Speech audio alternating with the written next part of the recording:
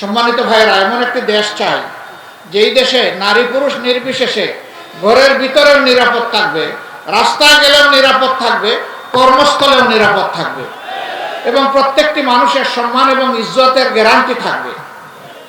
আজকে অনেকে ইসলামী দলগুলোর ব্যাপারে অপপ্রচার করে যে এরা যদি ক্ষমতায় যায় তাইলে মা বোনদেরকে আর গড় থেকে বের হতে দিবে না, মা তোমরা সাবধান, এদের কাছেও যাইও না, এরকম ভয় দেখায়। এরা কারা জানে? ওই দুশ্চরিত্রবান যারা আমাদের মায়েদের নিয়ে তামসা করে, তারা এই কথাগুলা বেশি বলে। আমরা মায়ের জাতিকে আপন মায়ের মতো দেখতে চাই। দুনিয়ায় দুইজন মানুষ ছাড়া সমস্ত মানুষ এসেছে মায়ের পেট দিয়ে, হযরতে আদম আলাইহিস সালাম এবং হযরতে হাওয়া আলাইহিস সালাম। বাকি আমরা সবাই দুনিয়ায় এসেছি মায়ের পেট দিয়ে। সেই মাদেরকে আমরা শ্রদ্ধার আসনে রাখতে চাই। যাদের মেধা আছে এবং প্রয়োজন আছে, তারা যদি সমাজের অবদানে ভূমিকা রাখতে চান, তারা এখন যে সমস্ত জায়গায় ভূমিকা রাখেন সেই সমস্ত জায়গায় রাখবেন। বাড়তি দুটি জিনিস তাদের জন্য নিশ্চিত করা হবে। একটি হচ্ছে মায়ের মর্যাদা, দ্বিতীয়টি হচ্ছে তাদের নিরাপত্তা।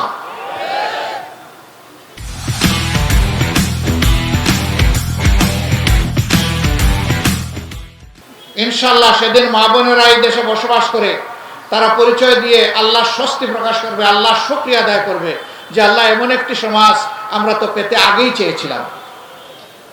বলা হয়েছে তাদের সবাইকে আমরা জোর করে বুরকা পরাইয়ে দেব।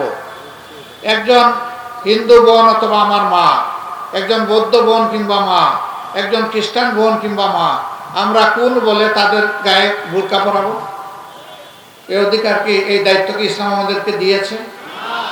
হ্যাঁ, বলবেন না মুসলমানদের মধ্যেও তো রুকিয়া বেগম, সকিনা বেগম এই নামের ওনাকে অত বুরকা করে না। এখানে রুকিয়া সকিনা কেউ থাকলে বা কার মা বোন থাকলে মাইন্ড করবেন না, আমি একটা উদাহরণ দিয়েছি যে তারাও তো বুরকা পরে না বা হেজাব পরে না, পর্দা করে না। তাদের ক্ষেত্রে কি হবে? তাদের ক্ষেত্রে কি আমরা বাধ্যতামূলক করব না? দেখেন, মানুষের মনের উপর জোর চলে না, জোর চলে তার দেহের উপর। যদি মানসিক পরিবর্তন আসে, সেই পর্দাটা হবে তার জন্য দুনিয়া আখিরাতে কল্যাণের কারণ।